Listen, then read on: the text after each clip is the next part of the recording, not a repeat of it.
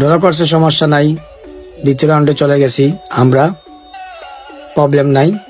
আমরা ড্র করেছি ইচ্ছা করে, কারণ আমরা চাই উরুগুয়ের মতন টিমের সাথে খেলতে।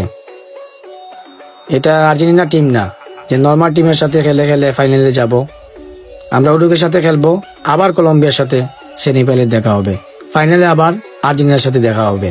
তোমরা রেডি থাকো আফারা, দিস ইজ ব্রাজিল। এবারে কোপা আমেরিকা ব্রাজিলই নিবে, চ্যালেঞ্জ। তোর মাথা নষ্ট। আসলে এই শালার মাথা নষ্ট। এটা হচ্ছে সবচেয়ে বড় সিজনাল ফ্যান। কয়েকদিন পর পর যখন বড় বড় টুর্নামেন্ট হয় তখন এরা সবাই বেরি হয়ে আসে। এরা তিল রে তাল করে, তাল রে তিল করে। নেইমার ছাড়াই মাঠ কাঁপিয়ে দিল নেইমারের শিষ্যগুলা। আমি বিশ্বাস করি না, আমি বিশ্বাস করি না, আমি বিশ্বাস করি না। এমন কাঁপান কাঁপাইছে যে মাঠে ভূমিকম্প হয়ে গেছে। কোস্টারিকার সাথে ড্র করছে, কলম্বিয়ার সাথে ড্র করছে। আর ভিনি পেলে এমন মিলে মাঠ কাঁপাইছে যে 2024 সালে 3টা ব্যালন ডিওর পাইব।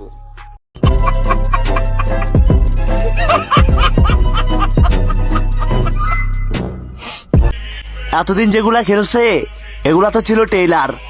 খেলা হবে কাল সকাল 7টায়, সেদিনে বুঝবা ব্রাজিল টিমের উপরে কোনো দলের জন্মে হয় নাই। কলম্বিয়া, তোমরা তো শেষ, দেখে নিও, তোমাদেরকে কালকে ভরে দেবে। 2 hours later. 15 মিনিটের মাথায় 1 পিস। এটা ব্রাজিল টিমের লেভেল ব্র।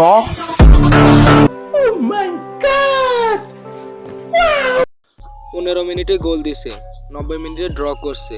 বুঝো নাই? This is Brazil, this is Brazil bro.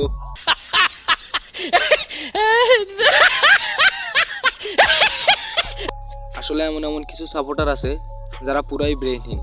এরা তিল রে তাল করে, তাল রে তিল করে, তারপর এমন এমন কিছু লজিক বা এমন এমন কিছু উক্তি দেখায় যেটা পুরাই ভিত্তিহীন। তো হে গাইস, ভিডিওটা কেমন লাগলো? যদি ভালো লেগে থাকে তাহলে একটা লাইক করে দাও আর একটা ছোট্ট করে কমেন্ট করে দাও।